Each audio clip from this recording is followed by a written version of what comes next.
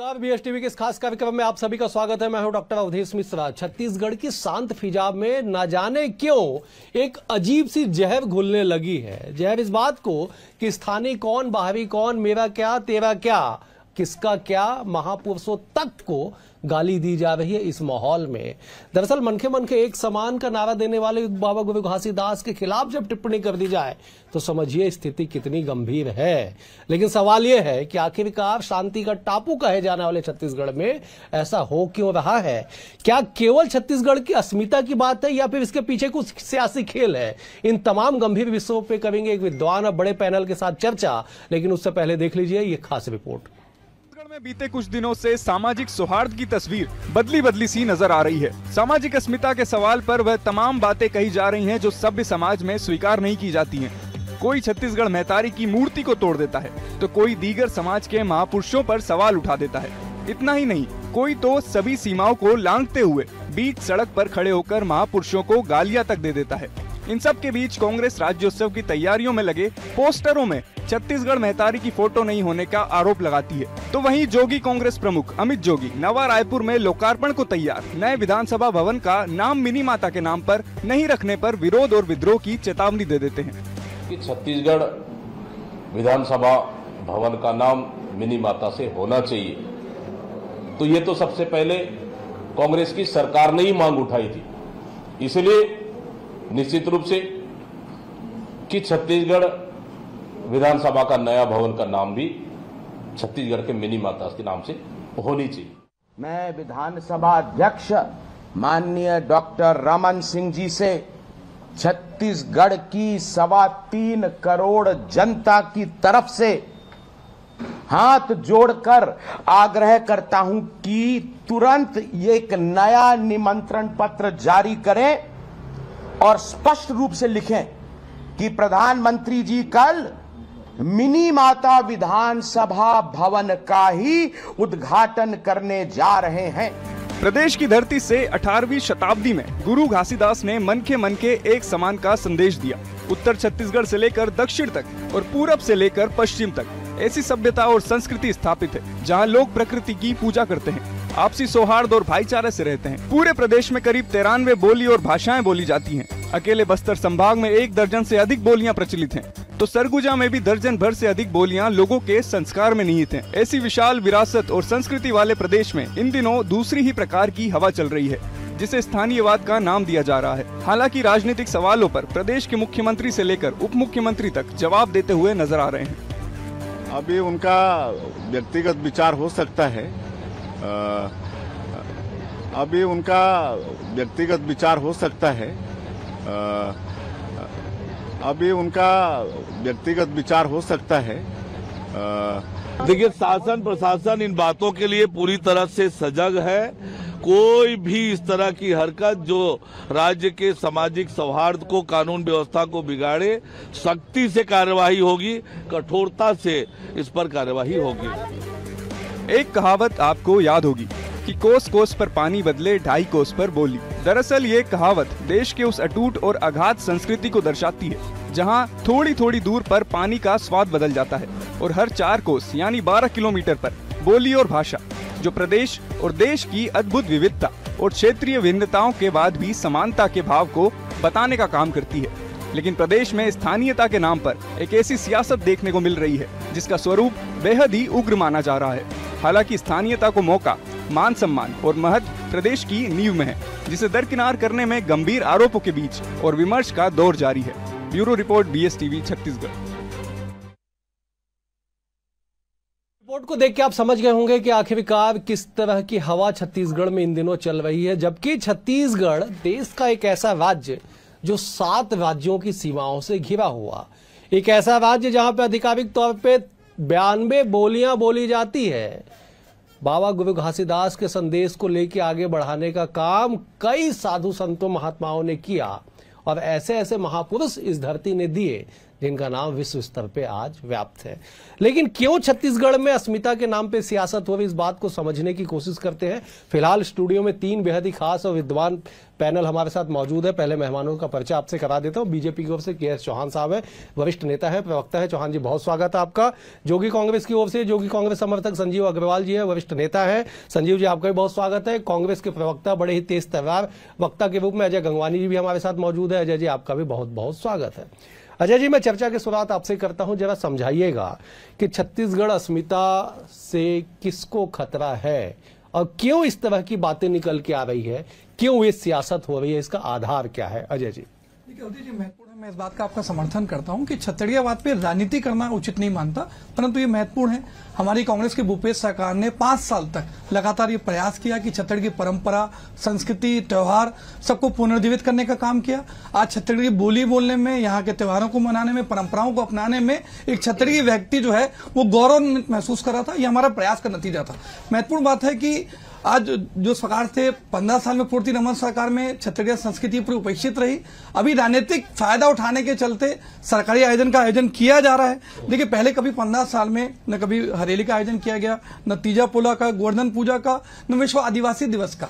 जो 5 साल हमने एक प्रक्रिया शुरू की, एक परंपराओं का निर्वहन करने का प्रयास किया, छत्तीसगढ़ की आम जनता को सीधे दिल से जोड़ने का प्रयास किया। इसका नतीजा है कि अब शायद सरकार इसको करने के लिए मजबूर हो रही है। दूसरी महत्वपूर्ण बात मैं अंडरलाइन कर दूं, आज भाजपा के जो प्रभारी है नितिन नवीन जी, जब हम सारे जिला मुख्यालयों में छत्तीसगढ़ महतारी की मूर्ति की स्थापना की बात करते हैं तो नितिन नवीन जी का एक बयान आया था कि हम भारतीयतावाद पे विश्वास करते हैं, छत्तीसगढ़वाद पे नहीं, और छत्तीसगढ़ महतारी की मूर्ति का विरोध किया। अभी लगातार 2 साल लगभग शायद सरकार को हो रहे हैं, जितने भी सरकारी आयोजन है, जो अन्य कार्यक्रम है, न छत्तीसगढ़ महतारी की मूर्ति दिखती है, न उनका फोटो दिखता है।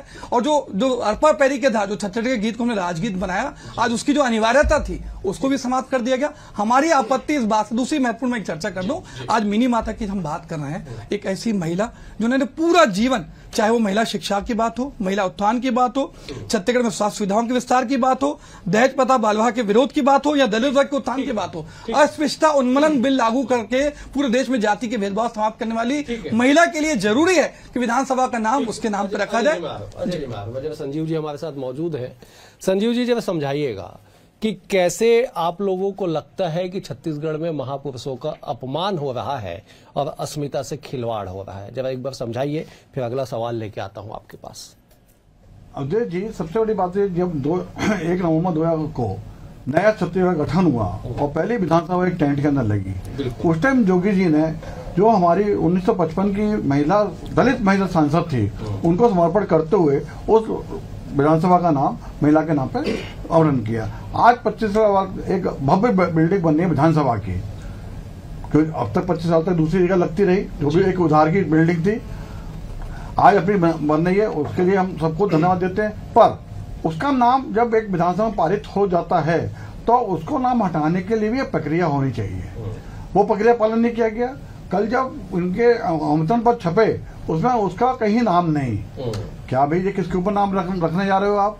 छत्तीसगढ़ की जनता, छत्तीसगढ़ के विधायक, छत्तीसगढ़ सांसद, उन्होंने उसका जब नाम विधानसभा के अंदर पारित हुआ है तो हमारी यही मांग है कि उसका नाम पुनः उसे क्यों।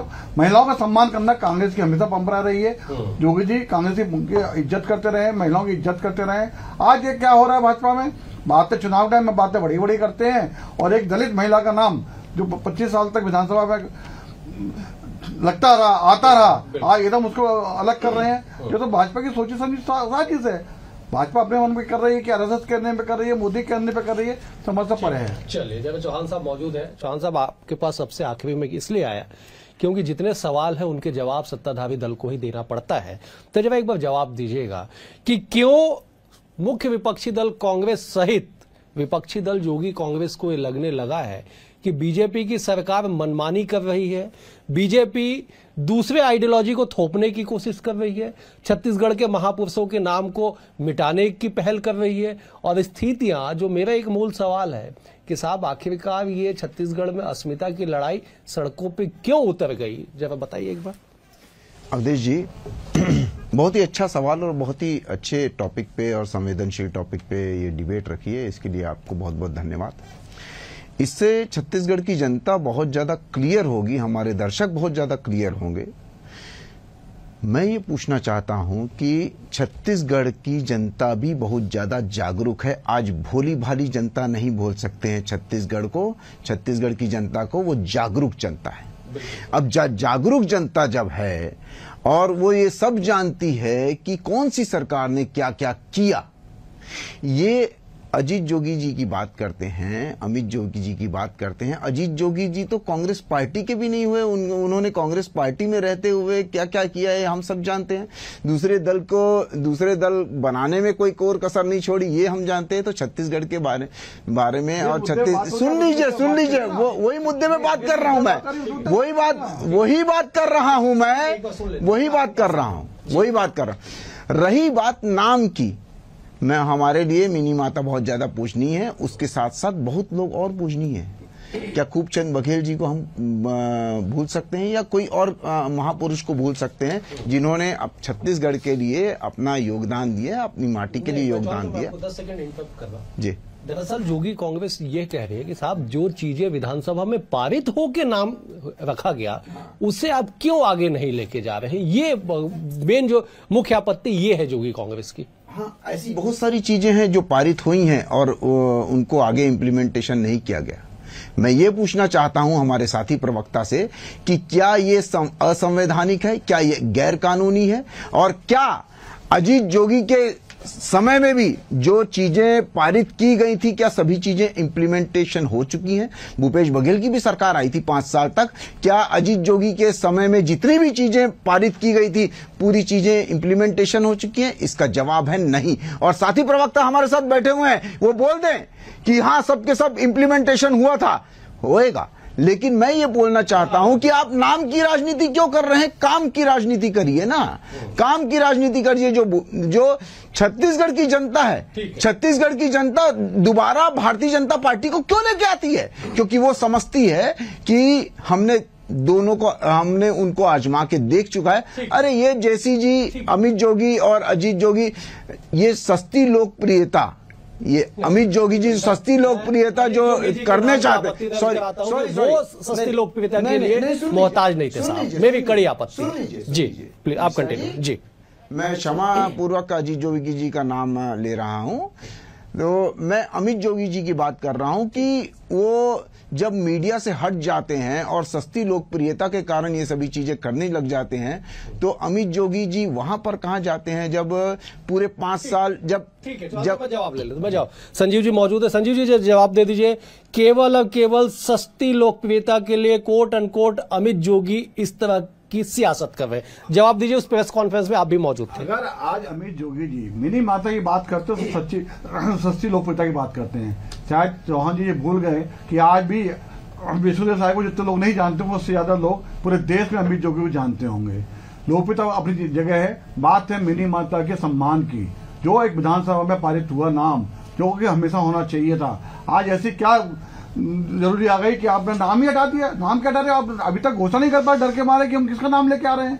अगर आपको रामलाल श्यामलाल किसी का भी नाम रखना था तो नाम तो लेके आते, उसको विधानसभा पास तो कराते आप। हमको सस्ती लोकप्रियता और उसकी लोकप्रियता की जरूरत नहीं है। हमको जो जानते हैं वो जानते हैं, जो काम करते हैं, चोरी छुपे नहीं करते। जैसे आप चोरी छुपे नाम को रखने वाले हैं, अगर इतना ही डर नहीं था तो आपको नाम डिक्लेयर कर देना था मेरे को रखना है। और हम अमित जोगी अपने जोगी जी के नाम के लिए नहीं बोल रहे हैं। जो 1955 की मिनी माता दी थी, एक दलित महिला जिन्हें अपने सब कुछ करने के लिए, समाज को उठाने के लिए सब कुछ किया, उनके लिए बात कर रहे हैं, जिनकी मृत्यु भी एक हवाई एक्सीडेंट के अंदर हुई। 5 सेकंड दीजिए, 5 सेकंड, 10 सेकंड आपको दे, फिर अजय जी के पास जाऊंगा। दलित महिला की बात करते हैं तो हमने सर्वोच्च स्थान पे एक दलित महिला को लाके खड़ा किया है, जिसका अपोज कांग्रेस पार्टी भी करते रही है, उसके साथ जेसी जी भी रही है। उसके बाद अभी अजीत जोगी जी सही बोल रहे हैं आप, पूरे देश में प्रख्यात थे और उनका नाम इस नाम से भी प्रख्यात थे कि उन्होंने विधायक खरीदने की कोशिश की थी, पैसों के साथ कोशिश की थी। नहीं, इसीलिए पूरे देश में वो प्रख्यात है, क्योंकि भारतीय जनता पार्टी। ठीक है, एक मिनट, संजीव जी में आप मैं जब अजय जी जरा बताइए था, आप जवाब भी दूंगा कह रहे थे, जवाब दीजिए ना कि महापुरुषों के नाम पे क्यों सियासत की जाए। ये मतलब एक लीक से हटके विषय, साहब सियासत करने के लिए 10 दर्जन मुद्दे हैं, लेकिन महापुरुषों के नाम पे जिन्होंने अपने जीवन का एक एक पल, एक एक क्षण, एक एक काल समर्पित कर दिया प्रदेश और देश के लिए, उनके नाम पे सियासत, लाभ क्या होगा इसका? अदिति देखिए बहुत महत्वपूर्ण है। मैंने पहले वक्त में स्पष्ट कहा कि बात कांग्रेस पार्टी है, जोगी कांग्रेस की जो मांग है ये राजनीतिक से ज्यादा महत्वपूर्ण है। अगर छत्तीसगढ़ की विधानसभा एक भव्य भवन बन रहा है तो छत्तीसगढ़ की माता और बहन के नाम से अगर उसका नामकरण किया जाएगा तो छत्तीसगढ़ की आम जनता सीधा दिल से जुड़ेगी और वो गौरवान्वित महसूस करेंगी। इसमें आपत्ति क्यों है? आज मेरे चौहान जी एक बात को अंडरलाइन कर रहे हैं कि भैया जो पारित होता है सबको मैं एक एक सीधा जवाब चाहता हूं कि भैया मिनी माता के नाम हटाने के पीछे का कारण उद्देश्य क्या है? क्या आप उनके योगदान को नकारते हैं? क्या वो माता ने अपनी पूरा जिंदगी महिला के उत्थान के लिए, दलितों को उत्थान के लिए समर्पित नहीं किया? एक जिसने पूरा जीवन आज समर्पित किया उसके नाम रखने में आपको आपत्ति क्या है? क्या किसी भाजपा के बड़े नेता पे नाम रखना चाहते हैं जिस प्रकार के क्रिकेट स्टेडियम का रखा गया? मैं तो महत्वपूर्ण बात कह रहा हूं कि भैया किसी महापुरुषों को, पुरखों को अगर हम सम्मान देने का प्रयास कर रहे हैं तो उसमें आपत्ति क्या है? आज देखिए घासीदास जी का कथन है, मन के एक समान। आपकी शुरुआत में बात में आना चाह रहा हूं, ये बहुत जरूरी है कि हर समाज के व्यक्ति को दूसरे के धर्म का, दूसरे के आस्थाओं का, दूसरे के धर्मगुरुओं का, संतों का सम्मान करे। इस प्रकार के आपत्तिजनक बयान देना किसी प्रकार से सभ्य समाज में स्वीकार्य नहीं है। बीएनएस की धारा 299 के अनुसार कड़ी से कड़ी कार्रवाई करनी चाहिए। एक उदाहरण पेश किया जाए जो पूरे देश की जनता के सामने आए और कोई ऐसी हिकारत नहीं। आखिरी 10 सेकंड ले रहा हूं कि हमने छत्तीसगढ़ ओलंपिक का शुरू किया, आज गेड़ी हो, पिट्ठू लो, जो छत्तीसगढ़ के पारंपरिक खेल है उसको प्रभावित नहीं किया। विश्व आदिवासी नृत्य समारोह आयोजित किया, 32% आदिवासियों की परंपरा न केवल छत्तीसगढ़ में देश तक पहुंची। 10 देश, 27 राज्य, 4 केंद्र शासित प्रदेश। ये भूपेश सागा का 5 साल का कार्यकाल छत्तीसगढ़ की आम जनता जुड़ा, आदिवासी परंपरा जुड़ा, छत्तीसगढ़ संस्कृति को महत्व देने का प्रयास है। भारतीय जनता पार्टी को छत्तीसगढ़ी आवाज से इतनी हिकारत क्यों है? आज वीआईपी चौक पे छत्तीसगढ़ महतारी की मूर्ति पे तोड़फोड़ जाती है, इसकी नैतिक जिम्मेदारी है?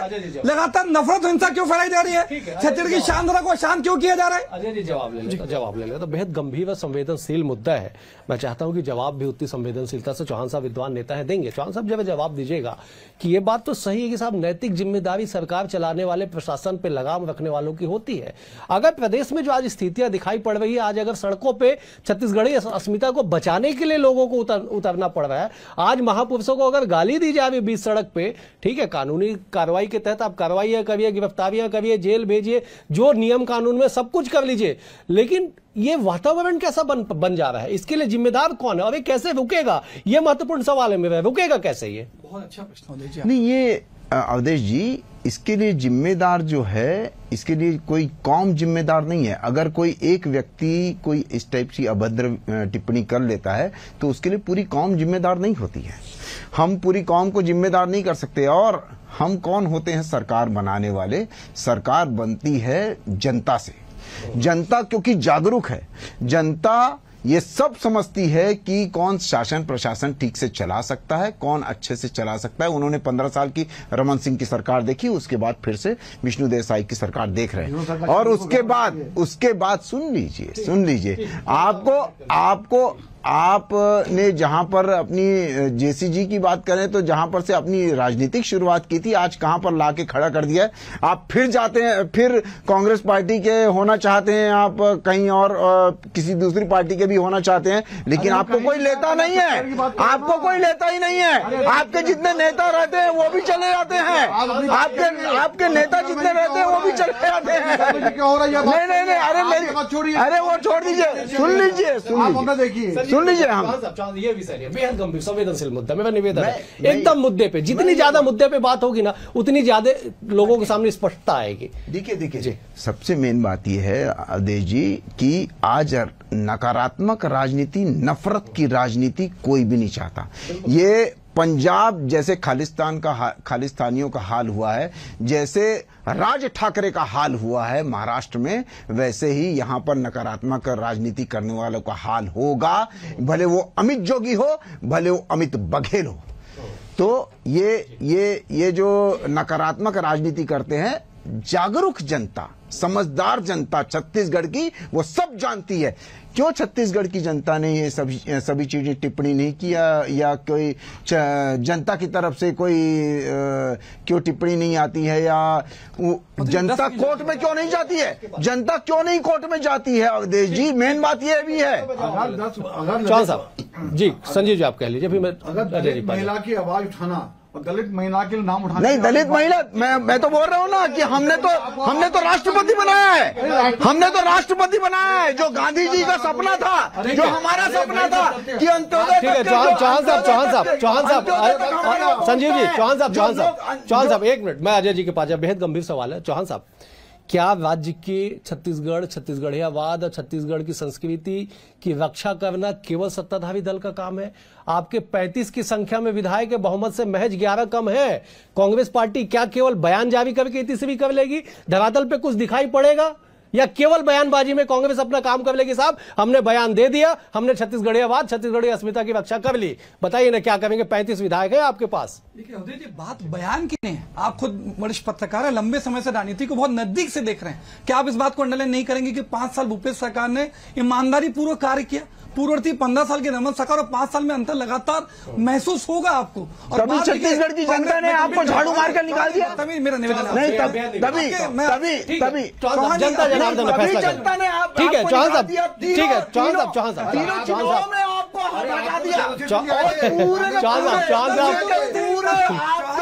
सभी चीजें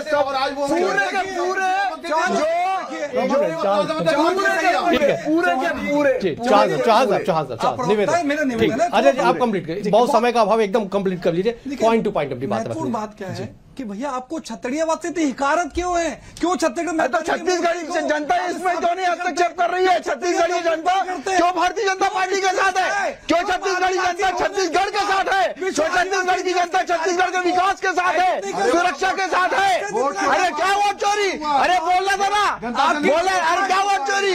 बोल के लाओ। SIR का तो आप विरोध करते हो, SIR का विरोध करते हो आप, क्यों विरोध करते हो SIR का? चलिए ठीक है अजय जी, ठीक है अजय जी मुझे समाप्त करना है, सब समय का अभाव है। ठीक है चौहान साहब, मुझे समाप्त करना है। अजय जी मुझे समाप्त करना है, मुझे समाप्त करना है। चौहान साहब, अजय जी आप, ठीक है चौहान साहब, अजय जी मुझे समाप्त करना है। आप तीनों मेहमानों का बेहद शुक्रिया। चौहान साहब आपका शुक्रिया, अजय जी आपका शुक्रिया, संजीव जी आपका भी शुक्रिया।